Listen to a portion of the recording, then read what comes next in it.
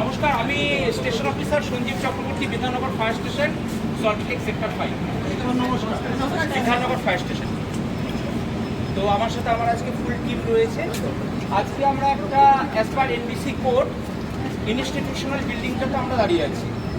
আমার এখানটাতে সব থেকে যেটা বড় ব্যাপার, বিভিন্ন ধরনের বিল্ডিংয়ে বিভিন্ন ধরনের হ্যাজার্ড থাকে। আমার এখানটাতে কিন্তু লাইফটা একটা বিরাট বড় একটা main criteria. In case of any emergency fire incident যদি ঘটে, তো সেখানটাতে আমাদের প্রপারলি ইভাকুয়েশন করা, আমাদের অল স্টাফ যারা আমরা এখানটাতে কাজ করি প্রত্যেক দিন আমরাই একমাত্র জানি যে আমার এমার্জেন্সি এক্সিট কোন দিকে আছে, কোন দিক দিয়ে কীভাবে কোন ওয়ে আউটে আমরা ঠিকভাবে আমাদের সমস্ত পেশেন্টকে ঠিকঠাকভাবে অ্যাসেম্বলি পয়েন্টে নিয়ে আসতে পারবো। এটা একটা বিরাট বড় চ্যালেঞ্জ আমাদের কাছে। তো সেইটা করতে গেলে পরে, ইভাকুয়েশন ঠিকঠাক করতে গেলে পরে আমাদের বেশ কতগুলো জিনিস প্রোটোকল মেনে চলতে হয়, যেটা আমাদের এই ধরনের বিল্ডিংয়ের ক্ষেত্রে প্রয়োজন, অথচ নেক্সট ইম্পসিবল। আপনারা করতেও পারবেন না, অ্যাসাচ করতে পারবেন না। কি সেটা হচ্ছে হেড কাউন্টিং। আমাদের এখানটাতে প্রত্যেক দিন কত পেশেন্ট আসছে, পেশেন্টের সাথে পেশেন্ট পার্টি কে আসছে, তার পুরো ডিটেলস রাখা প্রত্যেকটা মুহূর্তে, এটা বোধ হয় আপনাদের পক্ষে সম্ভব না। যদি এটা সম্ভব হতো তাহলে খুব ভালো হতো। তখন at the time of incident কোন ফ্লোরে কজন লোক আছে এবং আমার অ্যাসেম্বলি পয়েন্টে তাদেরকে ঠিকঠাকভাবে ইভাকুয়েশন করে নিয়ে আসা গেল কি না, এইটা জানতে গেলে পরে আমার মেন দরকার হচ্ছে গিয়ে হেড কাউন্টিং। হেড কাউন্টিং ছাড়া সম্ভব না। তবুও তার মধ্যে থেকে আপনারা যারা প্রত্যেকে ফ্লোর ইনচার্জ রয়েছেন, ফ্লোর ইনচার্জদের কাছে আমাদের তরফ থেকে একটা অ্যাডভাইস থাকবে যে আপনারা একটু চোখে চোখে অন্তত পক্ষে রাখবেন যে বিশেষ করে যে টাইমটাতে আমাদের ভিজিটিং আওয়ার্স থাকে, সেই ভিজিটিং আওয়ার্সে আমাদের প্রত্যেকটা পেশেন্ট পার্টি কজন কি আছে না আছে, এটা জাস্ট একটা অ্যাসাম্পশন রাখা, যাতে করে সেই দ্যাট পার্টিকুলার পয়েন্টে যদি কোনো ঘটনা ঘটে সেই টাইমটাতে, কারণ ওই টাইমটাতে আমার ক্রাউড বেশি থাকে, আমার এদিকে পেশেন্ট পার্টি প্লাস আমাদের স্টাফ সব কিছু মিলিয়ে যদি ওই টাইমটাতে কোনো ঘটনা ঘটে, যাতে করে আমরা প্রপারলি প্রত্যেকটা স্টাফকে এবং ফ্যামিলি মেম্বার এবং মেনলি আমার আইসিইউ, আইসিসিউ, আইটিইউ এই টাইপের যে সমস্ত পেশেন্টরা রয়েছে তাদেরকে যেটা ঠিকভাবে আমরা নিয়ে আসতে পারি। তো আমার এখানটাতে আরও একটা রেসপন্সিবিলিটি তাদের ক্ষেত্রে প্রযোজ্য, যারা কিনা আমার হাউসকিপিংয়ের স্টাফ বা মেনটেনেন্সের স্টাফ রয়েছে, যারা আমার এখানটাতে রাউন্ড দ্য ক্লক থাকে অথবা shift wise round the clock থাকে।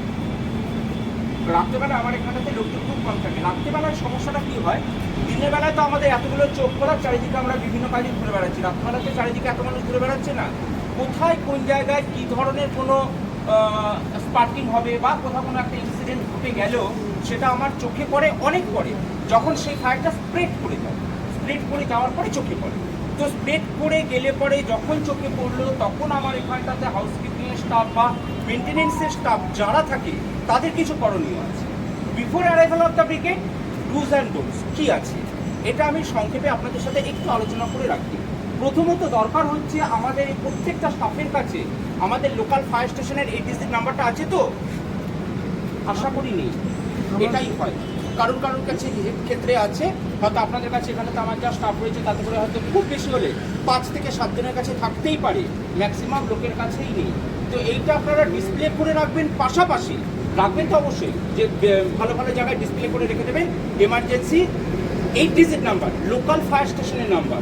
ওই 101 যেটা ওই আমাদের কমন নাম্বার, ওইটা রাখবেন না। ওটা রাখুন, ঠিক আছে, কিন্তু ওটা কিন্তু খুব একটা বেশি কার্যকরী হবে না। কেন হবে না সেটা আমি আপনাদেরকে সংক্ষেপে বলে দিচ্ছি। সেটাও 8 ডিজিট নাম্বারটা দরকার। তো রাত্রেবেলায় যদি কোনো ইনসিডেন্ট ঘটে, তাহলে প্রথমত কাজ হচ্ছে গিয়ে সেই ব্যক্তির দ্বারা যদি সেই ফায়ারটাকে এক্সটিংগুইশ করা সম্ভব হয় আমাদের এই সব এক্সটিংগুইশারগুলোর মাধ্যমে, তাহলে সে ফার্স্ট টাইম সেটাকে ট্রাই করবে আগুনটাকে নেভানো। যদি দেখে যে না, সে তার বিয়ন্ড ক্যাপাসিটি, যে তার আয়ত্তের বাইরে চলে গেছে আগুনটা,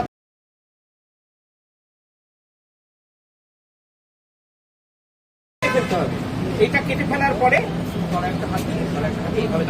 এই যেমন মাঝখানে একটা হলুদ রঙের বাফার আছে, প্লাস্টিক বাফার, এটা এবিসি টাইপের এক্সটিংগুইশার।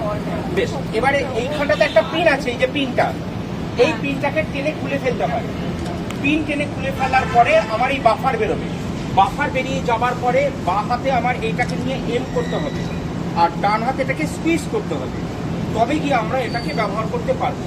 আর পাশাপাশি দেখতে হবে আমার এখানে একটা মিটার গেজ আছে, regulator flexible tube connected with the আমার ওভেন। এই যে এইটাতে কখনো কখনো আগুন লেগে যায়। তো আগুন যদি লেগে যায় ভয়ের কোনো কারণে, ঘর ছেড়ে চলে যাওয়ার কোনো কারণ নেই।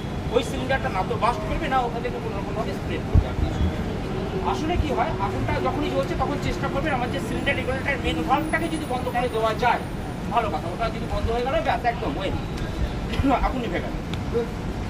কখনো কখনো কি হয়, ওই সিলিন্ডার রেগুলেটর মেন ভাল্বটা বন্ধ করলে পরেও আমার ফ্লো হচ্ছে এবং আগুন বেরোচ্ছে, আমার মেন ভাল্ব বন্ধ করা যাচ্ছে না।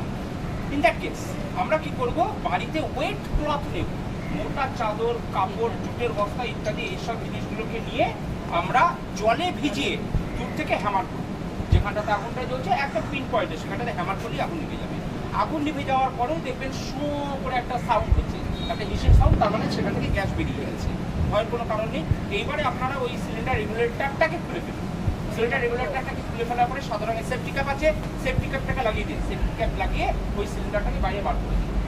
এই যে প্রবলেমটা, এই প্রবলেমটা সিলিন্ডারের প্রবলেম না, এই প্রবলেমটা হচ্ছে আমাদের রেগুলেটরের প্রবলেম। সাথে সাথে ডিস্ট্রিবিউটরকে ফোন করবে, তারা এসে ওটাকে চেঞ্জ করে দেবে। তাহলে একটা হচ্ছে হ্যামার করলে পরে আগুন যেরকম নিভবে, পাশাপাশি ওয়েট ক্লথটা দূর থেকে এমনভাবে ছুঁড়ে মারুন, চাপা দিয়ে দিন, আগুনের উপরে চাপা দিয়ে দিন, যাতে আগুনের উপরে গিয়ে ঠিক করে পড়ে। এমনভাবে পড়বে যাতে করে কোনোদিন কেউ অক্সিজেন আর ঢুকতে পারবে না। অক্সিজেন যখন ঢুকতে পারবে তখন আগুন নিভে যাবে। এবারে যদি দেখা যায় যে আমার সিলিন্ডার রেগুলেটর মেন ভালভের ওপরে ওই সেফটি ক্যাপ লাগানোর পরেও কোনোভাবে গ্যাস বেরিয়ে যাচ্ছে, বাড়িতে যদি সাবান আছে সাবানকে একটু নরম করে রেখে সাবান চেপে দিন, সাবান চেপে দিয়ে তার উপরে সেফটি ক্যাপ লাগিয়ে দিন, তাহলেও হয়ে যাবে। তারপরে একটা বিশেষ কাজ আছে, উইন্টার ওই এফেক্টেড সিলিন্ডারটার থেকে ঘর থেকে বাইরে বার করে দিতে হবে, ওপেন স্পেসে রাখতে হবে। ওপেন স্পেস অবশ্যই কিন্তু গ্রাউন্ড ফ্লোর হতে হবে, রুফটপ হলে হবে না, ছাদ হলে হবে না। ছাদ হলে